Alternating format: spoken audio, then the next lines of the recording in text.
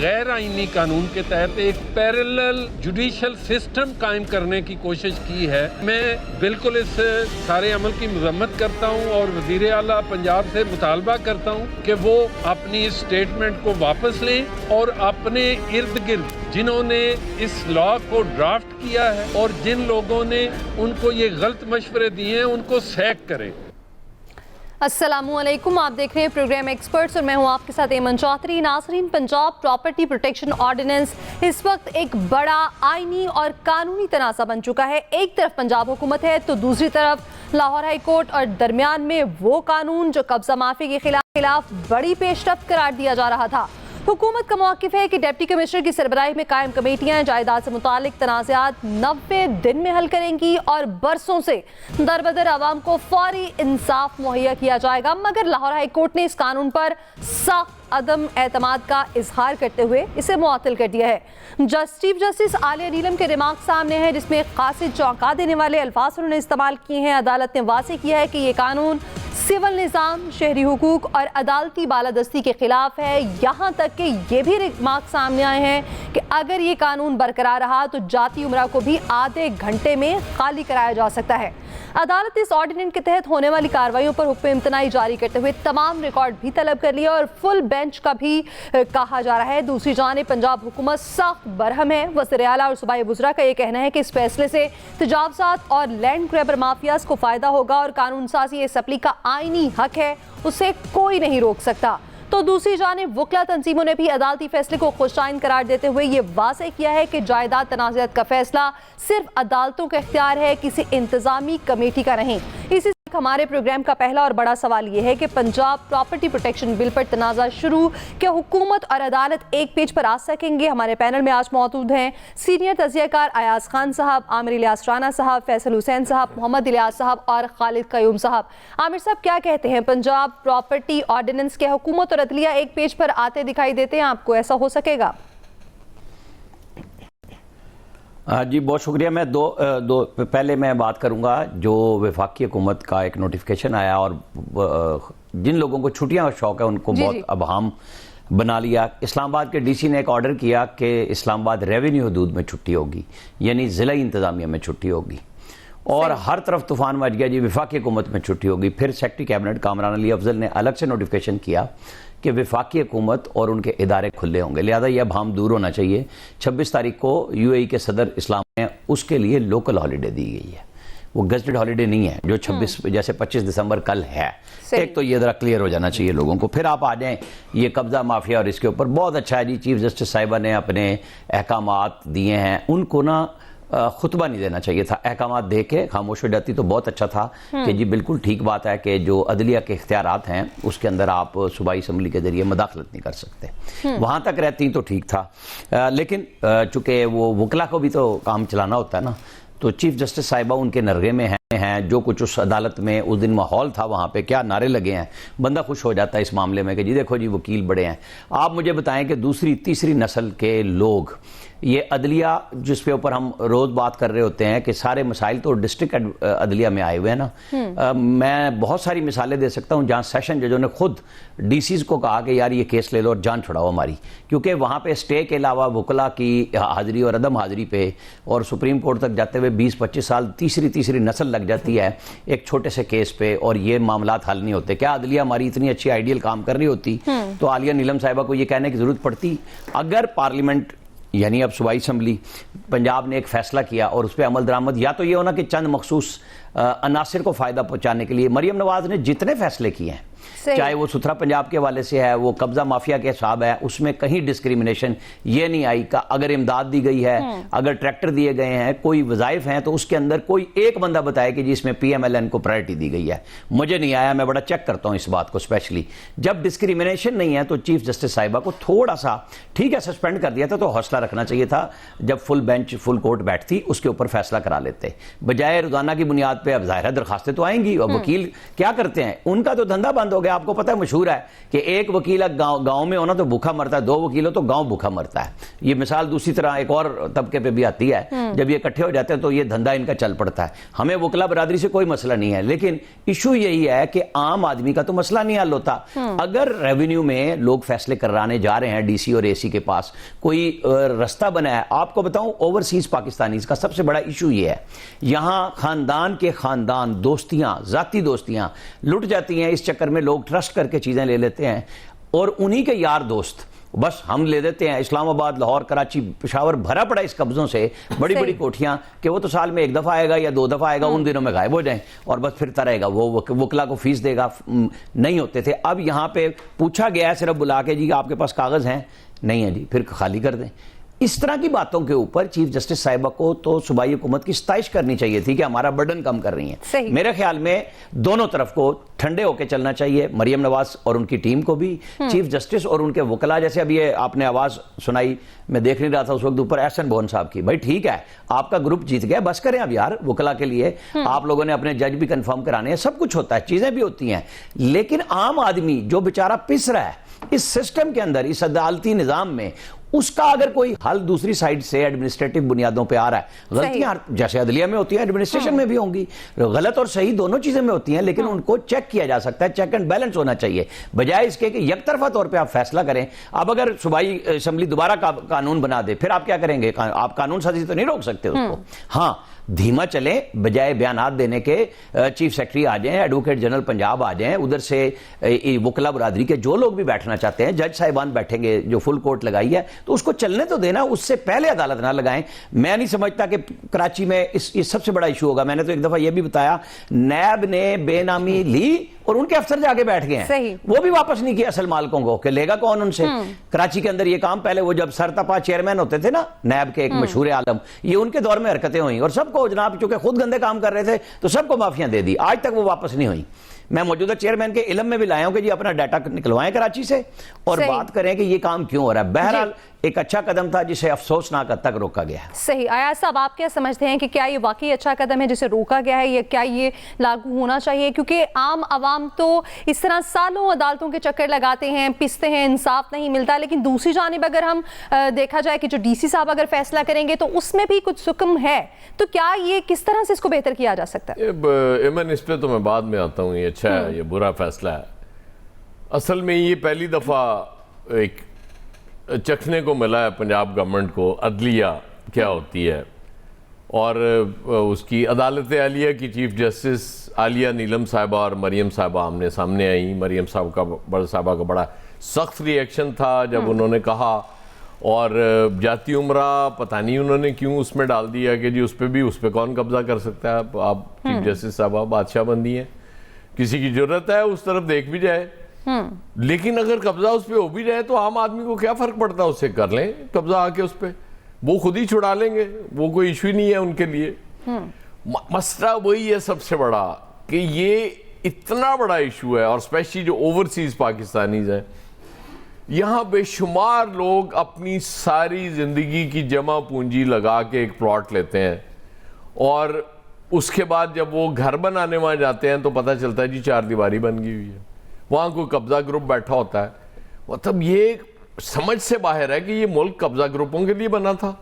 मतलब हमेशा से ये होता आ रहा है इस मुल्क में कि कब्जा ग्रुप आके जिसका दिल करता है कब्जा कर लेता है, जाली दस्तावेजात बन जाती हैं, रजिस्ट्रियां बन जाती हैं, हर चीज होती है, और जो बेचारा असल मालिक है वो धक्के खा रहा होता है, उसको कोई पूछता नहीं। हाँ, ये जरूर गलती हुई, उसकी वजह कि इतनी अच्छी रेपो थी इनकी इन अदालतों के साथ। जाहिर है वो बड़े मेहनत से ये अदालतें बनाई गई हैं, ऐसी थोड़ी इस हाल तक पहुंचे हम जो अदालतें अब बनी हैं कि वो रीच आउट करते, बैठते चीफ जस्टिस से, को मुलाकात करते, मुज़ाकरात कर लेते, उनसे कहते हैं जी ये बहुत बड़ा इशू बन चुका हुआ है तो ये हम करना चाह रहे हैं, तो बजाय इसके कि हम इस पे कोई ऑर्डिनेंस लाएं या उसके बाद कानून साजी कर लें, ये अदालत में हम आ जाते हैं। तो आप एक टाइम फ्रेम तय कर दें कि जी ये 90 डेज से ऊपर नहीं जाएगा, क्योंकि वो बात वही है, एक दादा परदादा और फिर उसके बाद बेटा दर बेटा, नस्लें भुगत रही होती हैं इसमें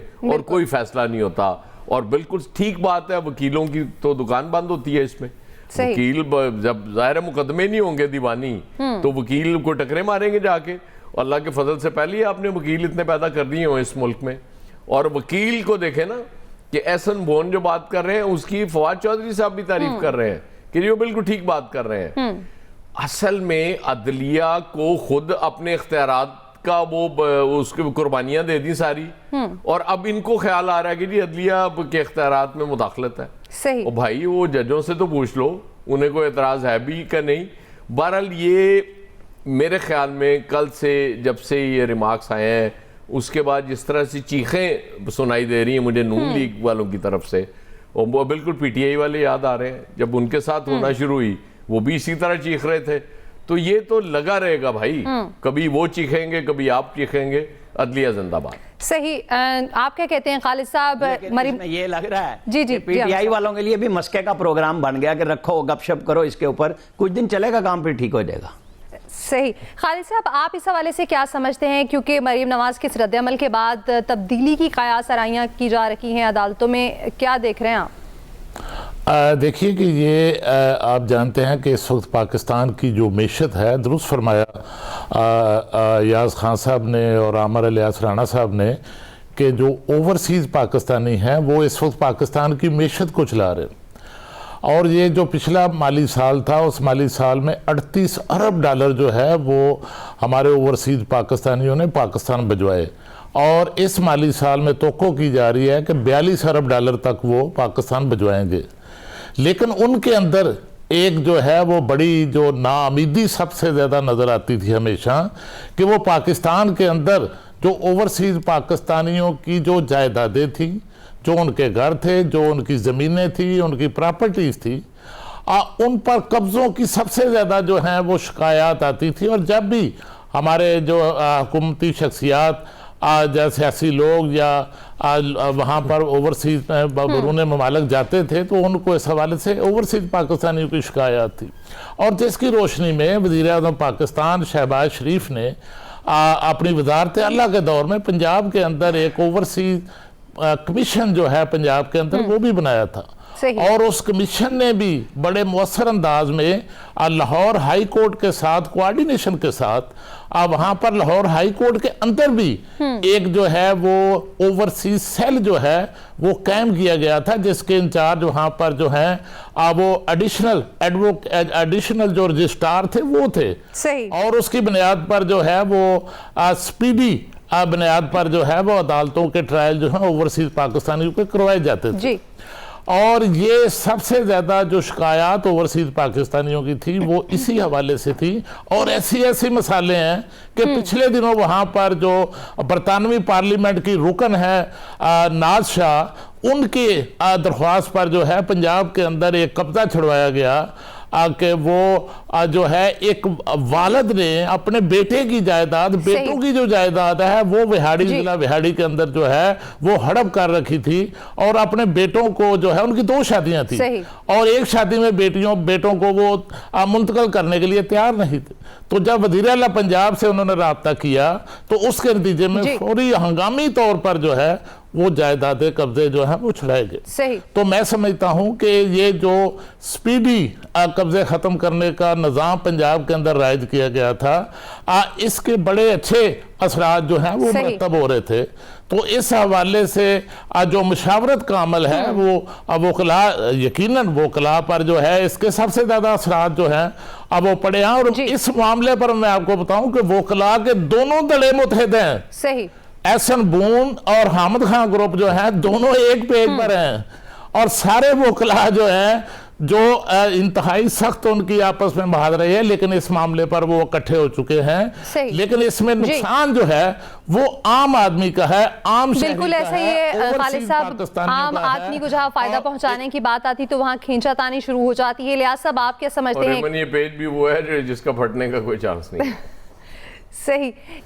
आप क्या कहते हैं लियाज साहब, क्या ये कानून बरकरार रहना चाहिए, मुअत्तल होना चाहिए? आप इसको किस तरह से देख रहे हैं इस कानून को? क्योंकि फायदा पहुंचाने की बात हो रही है आम आदमी को, लेकिन आम आदमी फिर कहीं साइड पर रह जाता है। देखिए, आम आदमी की बात हुई जिसमें आम आदमी को फ़ायदा मिल रहा था। आप देखें, ऐसे ऐसे लोग देखें जिनको जो इस ताकत नहीं रखते कि कानूनी तौर पर अदालतों में जाके साल साल खड़े रहें जाके इंतज़ार में, और फिर ज़िंदगी इसकी बाजी हार जाएँ, तो उनको ऐसे केसों का फ़ैसला होता है। लेकिन अब स्पीडी जब ट्रायल होने लगे तो इस तरह चीज़ें जो होने लगी, तो फिर इस पर अदालत का जो इतराज़ आया आज, वो देखें जो आया, तो उस पर गवर्नमेंट ने भी अपना रिएक्शन दिया। अब दोनों आमने सामने हैं। अब देखें, इस पर फुल बेंच बनता है और केसों के जो रिव्यू दरख्वास्तें आई लार्जर बेंच के लिए, तो जाहिर है इसको देखेंगे, इसकी वो शिकें वगैरह देखेंगे। इसमें मसला ये है कि दोनों आपस में जो हैं, हुकूमत भी और अदलिया भी आमने सामने हैं एक दूसरे के। तो देखें, इसमें ये नहीं होना चाहिए, इसमें आम आदमी का फ़ायदे के लिए बात होनी चाहिए। वकला का ठीक है वो जो बात करें, लेकिन इसमें ऐसा कोई तरीक़ाकार बनाना चाहिए कि स्पीडी। अदालतों में तो अरसा दराज से पड़े हुए थे ये चीज़ें, और नहीं कोई छेड़ रहा था, ना कोई इसमें कोई फ़ैसला हो रहा था। तो फिर ज़्यादा ठीक है, अगर गवर्नमेंट ने सोचा इसमें ठीक है ये कानून लेके आए, तो वो भी, ये गवर्नमेंट भी इस बारे में देख रही है कि हम ऐसा कानून देखें, इसमें कोई अगर शिकें वगैरह अगर इतराज़ है या कोई इसमें, तो उसको देख के दरमियानी रास्ता निकालना चाहिए ताकि आम आदमी को इसमें रिलीफ मिलना चाहिए। और ऐसे केसेस में जिसमें डॉक्यूमेंट्स नहीं हैं किसी के पास, तो फिर उसमें देखना चाहिए। अरसा दराज से लोग कब्ज़ा करते हैं ताकत की बुनियाद पर, और एक जो पंजाब में है कि बदमाशी की बुनियाद पर वो चीज़ों पर कब्ज़ा कर लेते हैं। आम आदमी फिर कुछ नहीं कर सकता, ना पुलिस सुनती है ना कोई उनकी बात सुनती है। फिर अदालतों में जाके वो कागज़ों में फिर वो चक्कर ही लगाते रहते हैं, अपनी प्रॉपर्टी पर वो नहीं कर सकते। तो बहरहाल ऐसी चीज़ों पर देखना चाहिए जिससे आम आदमी को अगर रिलीफ मिल रहा है, तो जाहिर है आवाम भी इस चीज़ को सराहती है कि इस तरह के काम होने चाहिए। जो उनके ओवरसीज़ के ख़ास तौर पर जो लोकल लोग हैं, उनके भी ऐसे ऐसे केसेस हैं कि उनके कब्जा कर लिया किसी का, तो बंदा चक्कर लगाता रहता है। यहाँ तो वो देखता है, उसको नहीं मिलता है उसका असरात वगैरह, यानी कोई ऐसे नहीं होता। लोगों के पास इतनी परचेजिंग पावर भी नहीं होती कि वो केस अपना लड़ सकें इस तरह का। तो ये जो सूरत हाल है, इस पर देखना चाहिए, अदालत को भी देखना चाहिए, नज़रसानी करनी चाहिए अपने भी फैसले पर। बाकी पॉलिटिकल जो है वो आपस में उनकी बात जो है वो इस पर गवर्नमेंट है, गवर्नमेंट ने अगर असम्बली से करते हैं तो अवाम के जो नुमाइंदे हैं वही मुंतखब करते हैं, उसके बिल्कुल लेके आते हैं।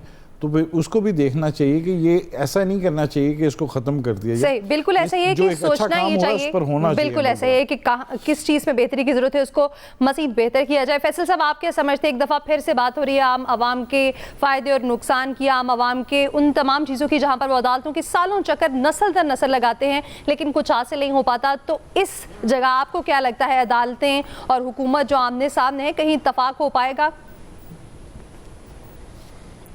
देखिए, मुझे इसके कानूनी और आईनी पहलुओं का तो नहीं पता, लेकिन ये तयशुदा बात है कि इन अदालतों में जो है ना वो इंसाफ तो नहीं मिल रहा। मैं खुद एक किराएदारी का मुकदमे का एक ऐसा मामला जानता हूँ जिसमें 40 साल में जाके फैसला हुआ है। नहीं कि दादा ने केस किया था, उसके घर पे किराए पे दिया, फड्डा हुआ, और पोता बेनिफिशियरी हुआ। दादा का भी इंतकाल हो गया, दादा के बेटे का भी इंतकाल हो गया, फिर पोते को मिला सुप्रीम कोर्ट में जाके, इस्लामाबाद में जाके। उस पार्टी के करोड़ों रुपए जो है ना वो खर्च हुए एक सिर्फ केस जीतने के लिए, कि इस्लामाबाद की वकीलों की फीस भी ज़्यादा होती है। ये किराएदारी के मुकदमात पे तो ये फैसला कर नहीं पाते, उसमें लगा देते हैं। अदालतों में इतने बड़े बड़े अदालतों की में आईनी तरामीम के नाम पर जो फैसले हुए, एहसन बून साहब की आवाज़ सुनाई नहीं दी, उसके साथ जो है वो हम नवा बन गए। लेकिन जब धंधे के ऊपर बात आई, जब धंधा मुतासिर होने लगा, तो ये छत से जा जाके लगने लगे। अगर कोई ऐसा फैसला हुआ है कि जहाँ पे फौरी इंसाफ मिल सकता है, तो इसको हम सबको जो है ना बिल्कुल जो है ना खुल के सपोर्ट करनी चाहिए। सही, क्योंकि अदालतों से तो इंसाफ नहीं मिल रहा। लेकिन इसमें जो अहम तरीन बात है कि इसमें फौरी फैसले की अहमियत नहीं है, फौरी इंसाफ की अहमियत है। बिल्कुल। मुझे पंजाब की सूरत हाल का नहीं पता, कराची में तो इस वक्त जमीनों पे कब्जा एक मामूल बन चुका है ना, पूरा सिस्टम काम कर रहा है और यहाँ खरबों रुपए की जमीनों पे जो है कब्जा हो चुका है। लेकिन यहाँ कराची में जो कब्जे होते हैं वो डीसी की मदद से ही हो रहे हैं। मैं जो सिस्टम है वो अपनी मर्जी के डीसी लगाता है और फिर वो जमीन की मैनेजमेंट करता है, कब्जे की। मैं आपसे फिर ये कह रहा हूँ, मैं पंजाब की सूरत हाल का नहीं पता कि वहाँ कब्जे में डीसी का क्या रोल होता है, लेकिन कराची में जो है वो एक बहुत अहम रोल होता है। सही। अगर कब्जे का मामला फैसला भी उसी के बाद चला जाए सिंध के अंदर, तो फिर तो कब्जा करने वाले की यहाँ तो लाठी खुल जाएगी, बिल्कुल, क्योंकि मेन किरदार ही उसके लिए और वही है आसानी हो जाली जाएगी। डॉक्यूमेंटेशन का। ये तो उसके लिए जो है वो और आसानी हो जाएगी। तो ये फौरी फैसले से ज्यादा जो है ना एक फौरी इंसाफ की अहमियत है। तो ऐसा निज़ाम बनाया जाए कि जो इन लोगों से अलग हो। वकील तो सिर्फ इसलिए शोर मचा रहे हैं कि उनका जो है ना वो धंधा मारा जा रहा है। जजेस जो है वो इसलिए है कि वो वकीलों को उनको एक ऑडियंस चाहिए ताली बजाने वाली। जैसा सोशल मीडिया पे लोगों को फॉलोवर चाहिए होते हैं लाइक के लिए और रीपोस्टिंग के लिए, इसलिए जजेस को भी अपनी ताली बजाने के लिए एक ऑडियंस चाहिए। तो वो वकीलों से वो बिगाड़ नहीं सकते, तो इसलिए उन्होंने ऐसी बात उन्होंने करनी है और ऐसे ही जो है वो फैसले देने। लेकिन ये इस मुल्क की अदालतों से जो है वो इंसाफ जो है वो खत्म हो चुका है। सही। अगर पंजाब में कोई ऐसा फैसला हुआ है कि जिससे फौरी इंसाफ मिल सकता है कब्जे के मामले पे, तो यकीन करें कि ये एक बहुत बड़ा गनीमत है इस वक्त जो इस वक्त सूरत हाल है। ये आपको इस कराची में इस तरह के कब्जे हो रहे हैं ना, आपको शायद उसका अशर अशीर भी वहाँ बैठ के ना अंदाजा ही नहीं होगा। सही। कराची में तो अब ये आलम हो गया है कि जिस मकान में लोग 40 साल 50 साल से रह रहे हैं, अभी एक हफ्ते पहले 15 दिन पहले कराची में एक वाकया हुआ है कि रात के 12 बजे अदालती अमला पहुंच गया है कि आप ना कब्जे के मकान में रह रहे हैं, सही, और ये खाली कर दे, पुलिस को लेके पहुंच गया। सही। जिस मकान में वो 40 साल से रह रहा है बंदा, सही। और वो ये इतना जुल्म हो रहा है। लेकिन क्योंकि इंसाफ खत्म हो चुका है, इन अदालतों में से इंसाफ नहीं नाइंसाफी आसानी से मिल रही है। बिल्कुल वही बात फैसल साहब आपकी, अगर इन अदालतों से मामला छीन लिए गए तो यकीन करें ये तो बहुत ही काबिल सत्ताईश अमल है। बिल्कुल। लेकिन ऐसी जगह दिए जाएं जहाँ पे इंसाफ मिल सके, ये ज्यादा है। ऐसे ही कि फौरी फैसला नहीं, इंसाफ का निजाम होना चाहिए। एक्सपर्ट्स की राय आपने जानी। यहाँ वक्त है ब्रेक का। ब्रेक के बाद हम बात करेंगे पीटीआई के मफाहमती ग्रुप ने बानी पीटीआई को नजरअंदाज करके कोट लखपत जेल में कैद रहनुमाओं को पैरोल पर रिहाई के लिए वज़ीर आज़म को खत भी लिख दिया है। क्या ये पीटीआई में तकसीम है या फिर कोई नई हिकमत अमली है, इस पर बात करेंगे ब्रेक के बाद। वेलकम बैक नाज़रीन। तो बात करेंगे पीटीआई का मफाहमती ग्रुप मुतहरिक हो चुका है। फवाद चौधरी, इमरान इस्माइल और महमूद मौलवी की जानिब से वज़ीर आज़म को एक खत लिखा गया है जिसमें ये मुतालिबा किया गया है कि कोट लखपत जेल में कैद सियासी रहनुमाओं को रिहा किया जाए ताकि मुज़ाकरात के सिलसिले को आगे बढ़ाया जा सके। खत में सियासी जमातों से अपील की गई है कि वो मिसाक जमहूरियत और मिसाक मुआशरत पर इत्तफाक राय पैदा करें और मुल्क को सियासी गैर यकीनी की सूरत हाल से निकाला जाए। मगर दिलचस्प बात यह है कि इस खत में बानी पीटीआई का ना तो नाम शामिल किया गया है और ना ही उनकी रिहाई का कोई मुतालिबा रखा गया है। इसी से मुतालिक हमारा ये है कि नेशनल डायलॉग कमेटी का वज़ीर आज़म को खत कोट लखपत के सियासी कैदियों की रिहाई का मुतालिबा कितना दुरुस्त है, क्या कहते हैं आप फैसल साहब? और ये भी कहिएगा कि क्या बानी पीटीआई मज़ाहमती ग्रुप को बाईपास करना पीटीआई में तकसीम की अलामत है या फिर इसको कोई और हिकमत अमली समझते हैं आप? एक तो जिन लोगों ने खत लिखा है ना ये तहरीक इंसाफ इनकी शनाख्त है, ना इनका तहरीक इंसाफ से कोई ताल्लुक है। और ये सब लोगों ने प्रेस कॉन्फ्रेंस की है। बिल्कुल। और प्रेस कॉन्फ्रेंस करने का मतलब ये होता है कि आप किसी और सिस्टम का जो है ना वो हिस्सा बन चुके हैं और फिर आप उस सिस्टम के लिए जो है ना वो काम कर रहे हैं। अब आप जो है वो खत लिख रहे हैं, उसमें आप जो है वो इमरान खान का भी नाम नहीं लिख रहे, लिख भी देते तो कोई फर्क नहीं पड़ना था। एक तो आपके जो है ना वो खत की कोई अहमियत नहीं है, आपकी अपनी कोई अहमियत नहीं है, तो आपके खत की क्या जो है ना वो अहमियत होनी है। आप तो इस इंतज़ार में कि किसी तरीके से इमरान खान बाहर आए और हमें जो है ना वापस जो है वो तहरीक इंसाफ में ले लें। तहरीक इंसाफ तो इनको जो है ना ओन ही नहीं कर रही। बाकी तहरीक इंसाफ जो है ना वो सिर्फ इमरान खान से शुरू होकर इमरान खान पे ख़त्म हो रही है। इसके अलावा तहरीक इंसाफ के अंदर कोई चीज़ नहीं है, कोई दूसरी चीज़ नहीं है। ऐसे एक खत लिख लें, तहरीक चला लें, जद्दोजहद कर लें, किसी से मुलाकातें कर लें, इवन के मुज़ाकरात कर लें, कोई फ़ायदा नहीं होगा। सही। ना इनके पास कोई मैंडेट है, ना इनके पास कोई अखलाकी जवाब है। बस टीवी प्रोग्रामों में आना है, सोशल मीडिया पे रहना है, इसके अलावा क्या है? सही। आमिर साहब क्या कहेंगे आप? ये वो है ना, तू कौन मैं खाम खा, पराई शादी में अब्दुल्ला दीवाना, ये कहते हैं ना, 3 में ना 13 में। ये कौन लोग हैं भाई? रांदे दरगाह हैं, पार्टी छोड़ चुके, इनको पूछता कौन है? और कहते हैं नेशनल डायलॉग कमेटी। ये तो हम डिस्कस कर लेते हैं, बड़ी मेहरबानी है, इनको हम बना देते हैं कि पता नहीं कितने बड़े रहनुमा हैं। इनके लिए आज कोर कमांडर्स कॉन्फ्रेंस में क्या एलामिया आया है, पढ़ा है आपने? ब्रेकिंग देखी है? उन्होंने बकायदा लिखा है कि ये जो लोग हैं, चाहे वो सियासी तो हों या किसी नौयत के, इनको बर्दाश्त नहीं किया जाएगा जो मुसल्लह अफवाज और अवाम के दरमियान में आ रहे हैं। और पीटीआई कर क्या रही है? जो DGISPR ने प्रेस कॉन्फ्रेंस की थी उस पर स्टैंप आई है बाकायदा कोर कमांडर्स की, लग जाए इनके साथ, PTI के लिए हमदर्द और उनके लिए कोई रास्ता बनाए। चाहे फवाद चौधरी भागे, बेचारे को अपनी पार्टी लेती नहीं, दूसरा कोई पूछता नहीं, हम रोज डिस्कस करने बैठ जाते हैं कि भाई ये हैं कौन। भाई जिन्होंने डिस्कस करना है, जिन्होंने फैसले करने हैं ना, आप अवाम की राय दोबारा ले लीजिएगा। 18 में भी ली थी, 24 में भी ले लीजिएगा, जब दोबारा होंगे फिर ले लीजिएगा। अभी जो हम पहले बात कर रहे थे, मैंने कहा भी था कि थोड़ा सा मैं एंड पे बात करना चाह रहा हूं, शायद मेरी आवाज इस्लामाबाद से लाहौर तक नहीं पहुंची। देखें 1996 का अल जिहाद ट्रस्ट फैसला मौजूद है, जस्टिस चीफ जस्टिस साहिबा आलिया नीलम साहिबा को पढ़ लेना चाहिए। ये उस फैसले की सरियन खिलाफ वर्जी करके इन्होंने इसको रोका है। उस फैसले को पढ़ ले और फिर अपने फैसलों के ऊपर जाना पड़ेगा। और ये पंजाब की असेंबली इनको दोबारा ले आएगी अगर ये रिव्यू में सही तरीके से नहीं जाएंगे, अगर ये सिर्फ वकीलों के हाथों में खेलेगी अदलियात। देखें पहले भी मैं उस दिन भी कह रहा था कि 26वीं तरमीम में जो सबसे अहम चीज थी वो ये थी कि हाई कोर्ट्स के जजों की आपने बतानी है कि कितनी कारकर्दगी है, कितने केसों के फैसले किए। ये नहीं है काज लिस्ट में आए साहब बीमार हैं अगली कहानी दे दो, ये बहुत जजों की सिर्फ इतनी कहानी है। सही, उसको सामने लाना चाहिए सुप्रीम कोर्ट को रूल्स बना के। हाई कोर्टों की जब तफ्तीश शुरू होगी कि आपके वकील बैठते कितनी देर हैं, जज कितनी देर आते हैं, फैसले कितने देते हैं, तो जिले अदलिया के ऊपर अपने आप प्रेशर बनेगा। ये जो बना के इन्होंने कल्ट बना लिया ना अपना आपस में कि जनाब हम ही बैठेंगे और हम ही फैसले करेंगे, ये तभी बिगड़ेगा, सही होगा सारा काम कि जिले अदलिया के ऊपर चेक आए और पहले हाई कोर्ट के ऊपर आए। ये आवे का आवा ऐसे नहीं बिगड़ा। ये जो आज कब्जे की बात हो रही है, मेरे जहन में एकदम बात आई, आप 97 की नवाज शरीफ की खिदमत कमेटियों को ढूंढ ले,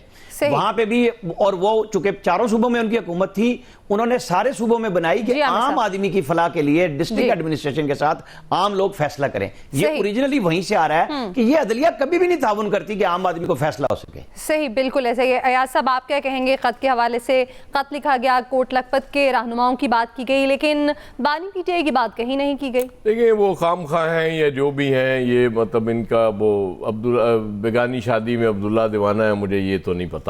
मुझे ये पता है कि ख्वाजा आसिफ भी आज उन्होंने भी कुछ इसी तरह की बात की है कि मुज़ाकरात होनी चाहिए और उसमें पेशरफ्त होनी चाहिए मस्बत, अगरचे DNA में नहीं है बानी PTI के मुज़ाकरात, ये सारा कुछ अपनी जगह ठीक है। बानी PTI का नाम उसमें नहीं डाला जा सकता था एमन।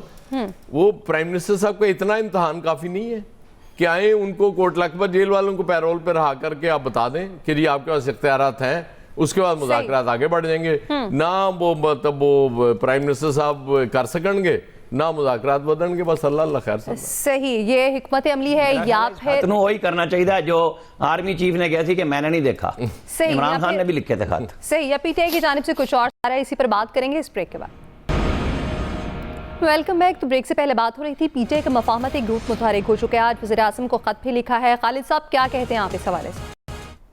देखिए इस वक्त सूरत हाल ये है कि अडयाला जेल से जो है वो मज़ाहमत का पैगाम आ रहा है, लेकिन जो कोट लखपत जेल में PTI की लीडरशिप कैद है, जिनमें 4-5 लीडर्स हैं, वहाँ से मुफाहमत का पैगाम आ रहा है जी। और ये मुफाहमत का जो पैगाम है एक ख़त के ज़रिए जो कोट लखपत जेल में PTI की लीडरशिप है वो बानी PTI को ख़त लिख चुके हैं कि मुफाहमत के बारे में ख़त लिख चुके हैं कि मुज़ाकरात होने चाहिए और मुज़ाकरात हुकूमत से और एस्टेब्लिशमेंट दोनों से होने चाहिए।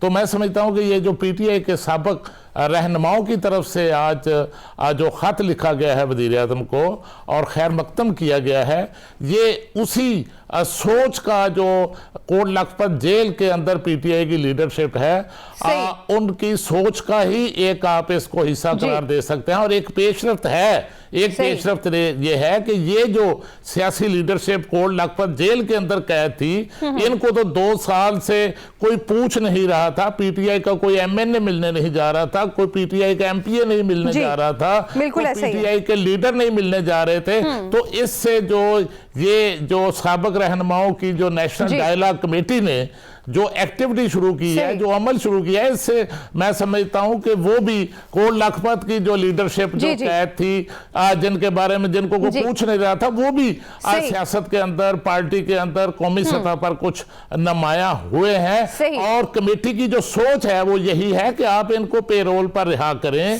बिल्कुल ऐसे जेल भेजें, इनकी बात बानी PTI जो है वो जरूर बिल्कुल ऐसे। खालिद साहब टाइम कम है, मुझे इलियास साहब से उनका मौक़िफ़ भी जानना है। इलियास साहब क्या कहते हैं आप?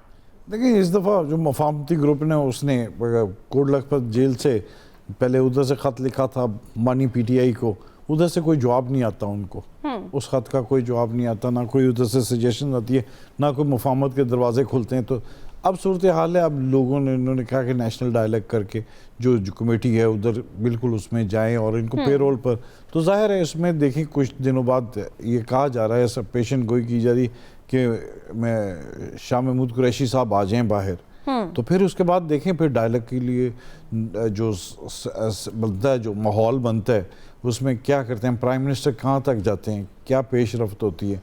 तो ये बिल्कुल इसमें एक चीज़ तो सामने है कि बिल्कुल उन्होंने चाहा है कि बिल्कुल आगे बढ़े पार्टी को, जो चाह रही गवर्नमेंट भी चाह रही थी कि एक बंदे का नाम शामिल ना हो, बानी पीटीआई का नाम शामिल ना हो और उसको लेके चलें। अब ये गवर्नमेंट के देखें इस पर कहाँ तक पेश रफ्त है, गवर्नमेंट क्या कर सकती है, पेरोल पर तमाम को लेके आ सकती है कि नहीं लेके आए, या अब ये गवर्नमेंट ने एक पास है, उनके कोर्ट में बॉल है कि क्या मुफाहमत के लिए क्या करती हैं आप, इनके साथ करते हैं, एक टेबल पर बैठते हैं, सियासी जमातों को बिठाते हैं, कोई पेश रफ्त होती कि नहीं, अगर नहीं तो फिर ये इलियास, वक्त खत्म हो गया। कथा कलामी के मास्टर प्रोग्राम से इतना ही। अपना ख्याल रखिएगा, फीडबैक दीजिएगा। अल्लाह हाफ़िज़।